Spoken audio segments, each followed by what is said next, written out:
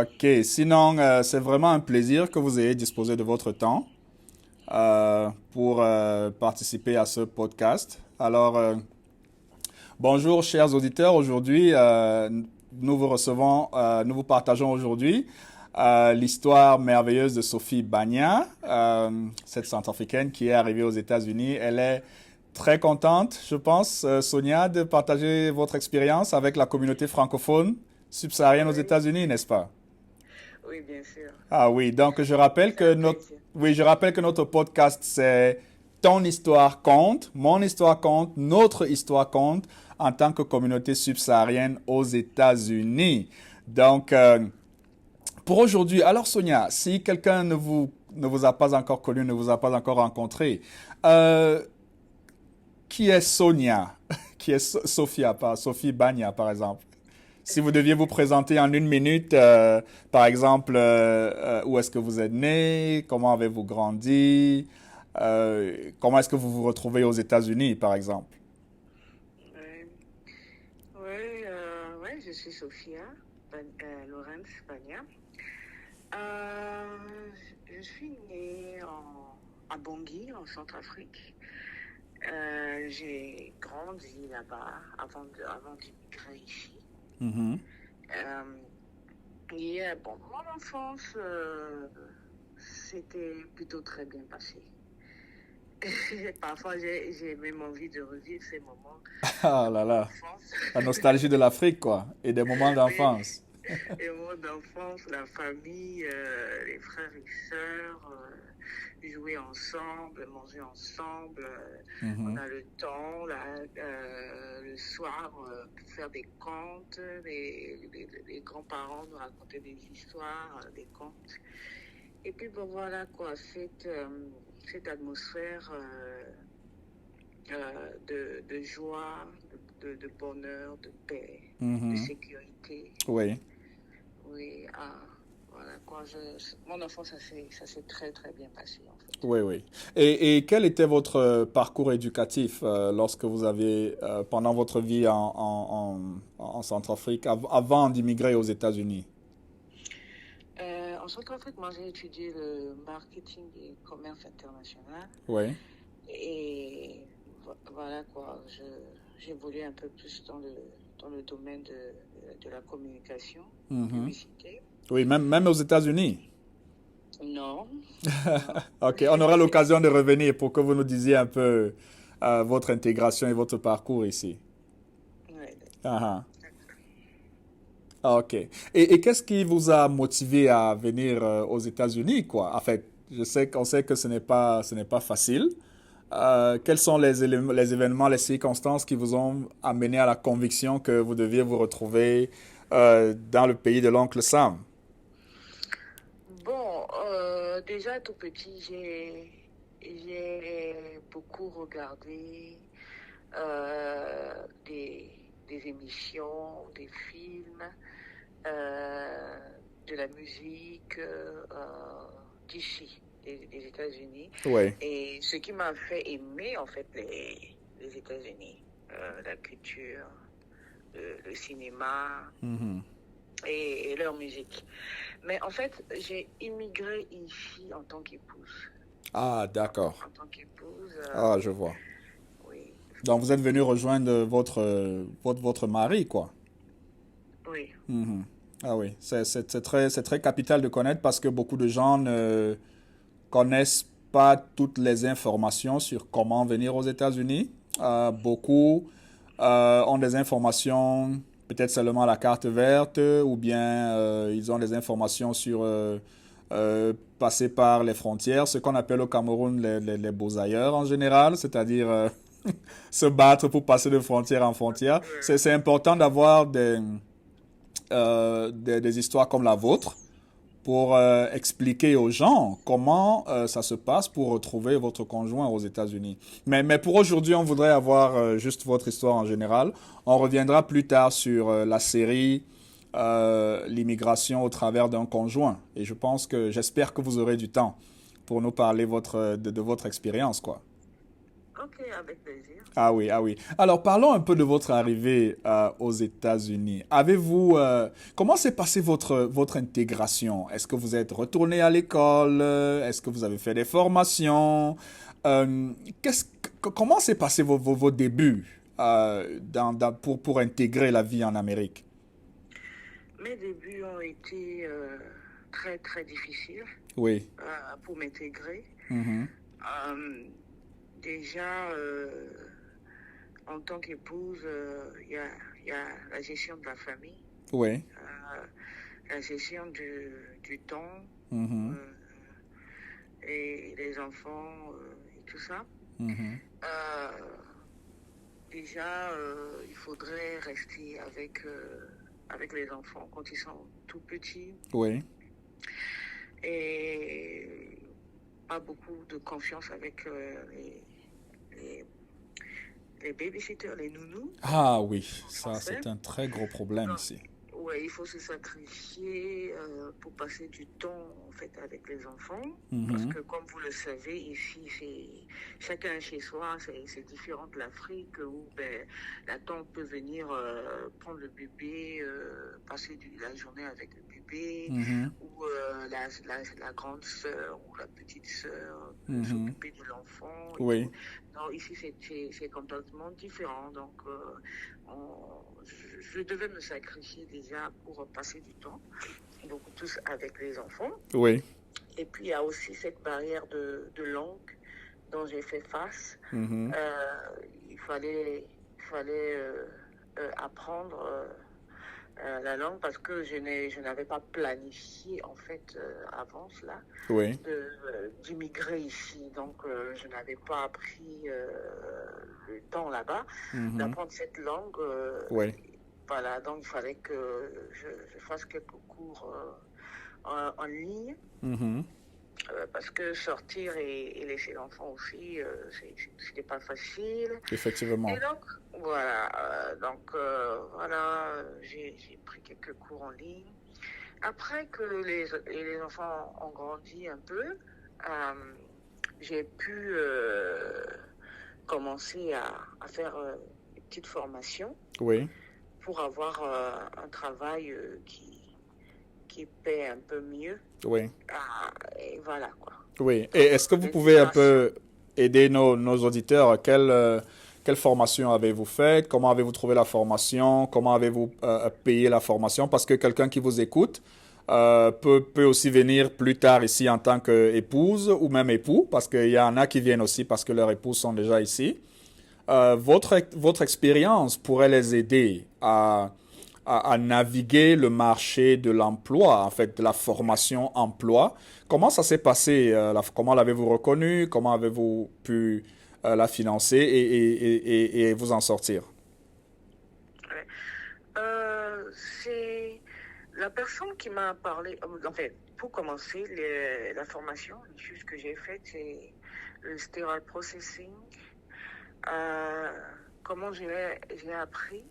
En fait, il y avait un Africain ici avec qui j'ai discuté.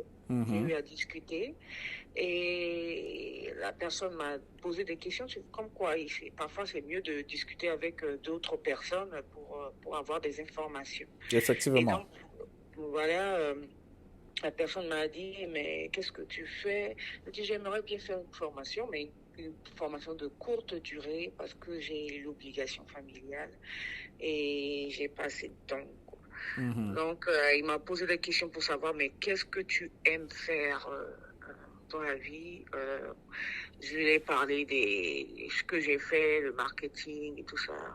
Et comme c'est du haut niveau, il dit, tu veux quelque chose qui finisse vite, à part le marketing à la maison. Qu'est-ce que tu aimes faire Oui. le plus? Qu'est-ce que tu aimes faire le plus? C'est à partir de là qu'on va savoir comment t'orienter. Mhm. Je dis, bon, à part les études, ce que j'aime faire le plus, j'aime quand tout est propre et tout est euh, sans les microbes et tout ça. Je dis, mais oui, mais ça aussi, c'est une passion. Donc, tu peux développer ça en allant étudier, en fait, le sterile processing. C'est une branche à l'hôpital Oui, où nous, tous les appareils, les scopes, les instruments oui, que les chirurgiens en ont besoin pour faire l'opération. oui. C'est nous qui devons nettoyer, numéro un, nettoyer, et puis passer par la stérilisation, Oui. c'est-à-dire éliminer tous les genres de virus, les microbes, Je etc. peux imaginer. là-dessus. Et puis ensuite, la troisième étape, c'est de savoir quel cas d'opération est prévu. Mhm. Et puis, nous, maintenant, on doit prendre les instruments, les appareils qu'il faut pour ce cas exact d'opération qui va se passer, par exemple, dans 2 jours. Donc, nous, on Wow. apprête ça. On sait que, OK, c'est de l'appendicite Oui, qui sera fait, ou bien c'est une femme enceinte qu'on va opérer. Oui. Elle a besoin de tel appareil. Mhm. Elle a besoin de telle chose. Donc, nous, Oui. on met tout en place. Oui. On met pour que la femme n'ait pas de contact avec les virus, les Oui, microbes oui, et oui. tout ça. Donc, tout ça, on stérilise les appareils et Oui. les instruments, tout ce qu'il faut. Ça, C'est c'est... ce qu'en fait, c'est ce qu'en fait, on fait. Mhm. Et voilà, quoi. C'est grâce à cet ami avec qui j'ai discuté Oui. et qui m'a posé cette question. Mais à part le marketing, Le marketing. qu'est-ce que tu aimes faire? Oui. Il dit, à la maison, qu'est-ce que tu aimes faire? Et ensuite, je lui ai dit, à la maison, j'aime quand tout est propre. Ça, c'est une passion, tu vas développer ça. Ah, là, c'est très impressionnant, en fait. Avec votre expérience, on comprend que on peut venir aux États-Unis avec une expérience et ne pas forcément réussir son intégration avec la même formation qu'on a eue, n'est-ce pas? Il faut Oui. pouvoir parler avec les bonnes personnes qui vont nous aider à explorer toutes les opportunités présentes, qui peuvent nous aider même à nous découvrir et à s'intégrer dans des secteurs du travail auxquels on n'aurait même pas imaginé. Et surtout, quelque chose que vous aimez faire, la passion. Je suppose que Oui. vous êtes très passionné de votre travail, que vous aimez ce que vous faites. Mais là, j'ai une question j'ai une question qui me vient quand même. Vous êtes une femme immigrée, vous venez de la Centrafrique. Quels ont été les challenges? Vous avez déjà parlé de la difficulté au babysitting. C'est très compliqué. Très, très compliqué. Je peux le connaître. Nous avons traversé la même situation ici avec mon épouse et moi et les enfants. Mais en tant que femme africaine en Amérique, quels sont les genres de défis auxquels vous avez été exposés spécifiquement en dehors du travail, de la babysitting, et comment vous avez fait pour surmonter cela et vous adapter et être où vous êtes aujourd'hui actuellement? Bon, en dehors du travail et de babysitting, on a aussi certains cas de discrimination Oui, et de racisme oui, qu'on fait face à ça. Ce genre de racisme que je ne comprends pas. oui. Beaucoup d'entre nous, on n'en comprend rien du tout quand on arrive ici. On est perdu, quoi. J'ai perdu ce genre de racisme où tu as quelqu'un qui ressemble à toi, quelqu'un de même couleur que toi et qui t'aime pas. Oui, Je ne sais pas s'il y a un mot pour ça. oui. Je réfléchissais pour trouver le mot pour qualifier ça. Uh-huh. On devait inventer un mot pour ça. Ah oui, ça serait important de trouver le mot vraiment, parce que si c'est pas, peut-être qu'on va garder d'abord discrimination, mais peut-être peut-être africisme qui devrait entrer dans le dictionnaire français parce que c'est tout particulier. Ouais. Et puis, il faut aussi noter aussi le défi du temps. Oui. Le temps, c'est l'argent en Amérique. Le Time is money. le temps, le temps. La gestion du temps, c'est un défi. Mhm. C'est un défi à relever. On doit courir après le temps. Oui. On doit tout planifier. La- à quelle heure on doit se réveiller, à quelle heure on doit manger, Mhm. combien de temps on va passer à table, à quelle heure, à quelle heure on doit aller déposer les enfants, parce Oui. que quelques minutes de retard à l'école est considéré.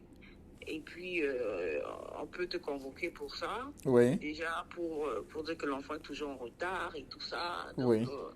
c'est un problème. Et il y a aussi le problème d'arriver au travail à temps, Oui. avec les embouteillages et tout ça. Donc, on doit tout calculer, en fait. Ah oui, oui. Comme quelqu'un a blagué que pour ceux qui sont mariés, même le temps que vous passez au lit, vous devez compter, quoi. On doit compter, Tout est oui. calculé. Et c'est pourquoi, 15 minutes. oui, et c'est pourquoi parfois nos familles restées en Afrique ne comprennent pas. Ils pensent qu'on a le même temps pour papoter pendant des heures ou pour même se faire du plaisir. Je veux dire, aller dans les sorties, les balades, passer du temps ensemble. On a ces moments, mais comme vous avez dit, la planification, tout est calculé. C'est 2 heures de réunion, 3 heures de réunion, 30 minutes pour ceci. Et c'est important. L'une des raisons de faire ce podcast, Notre Histoire compte, c'est d'aider aussi ceux qui sont déjà ici, de comprendre qu'ils ne sont pas seuls à traverser ces réalités de tout planifier et autres, mais aussi aider nos familles, nos amis en Afrique à comprendre un peu ce que nous vivons ici. Et peut-être même voir comment nous pouvons avoir des conversations plus conviviales pour qu'ils comprennent ce qu'on traverse. Et les aider aussi pour ceux qui voudraient venir.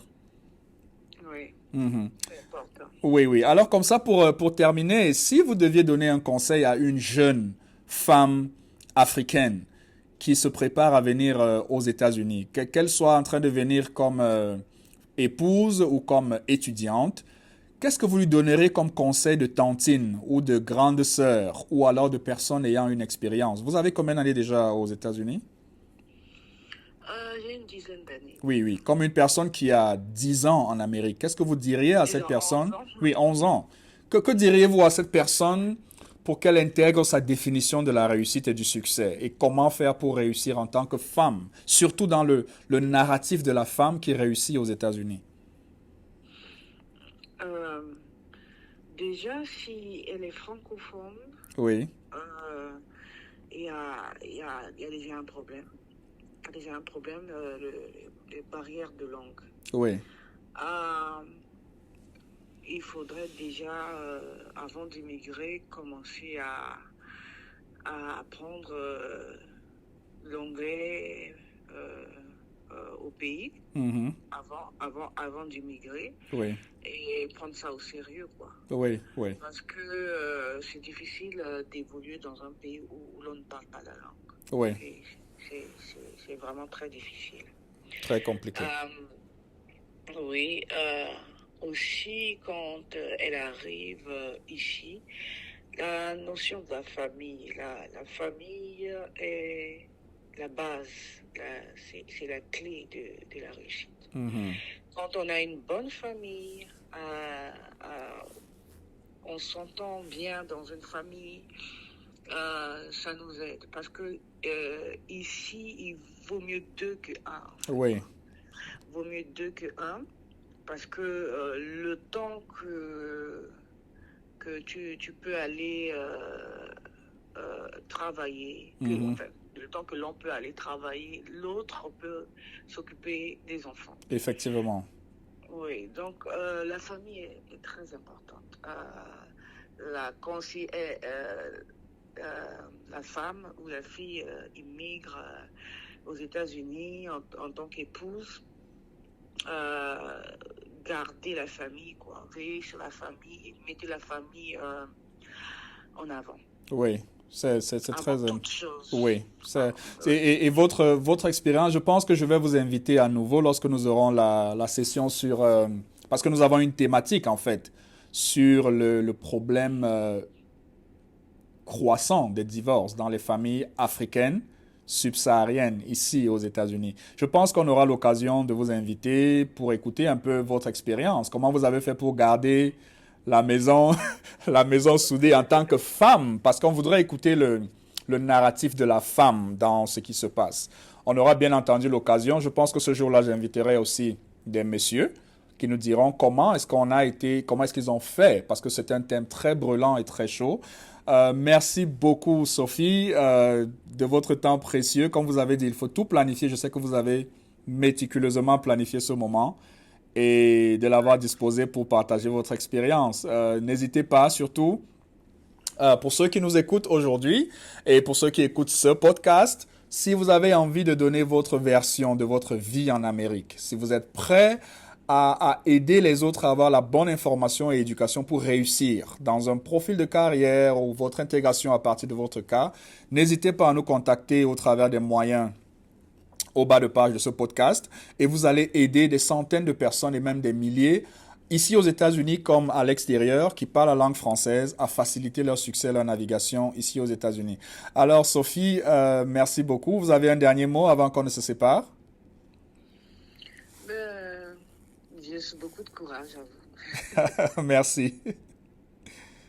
De rien. Ok, très bon week-end à vous et à la prochaine, j'espère. Merci, au revoir. Ok, au revoir. Au revoir.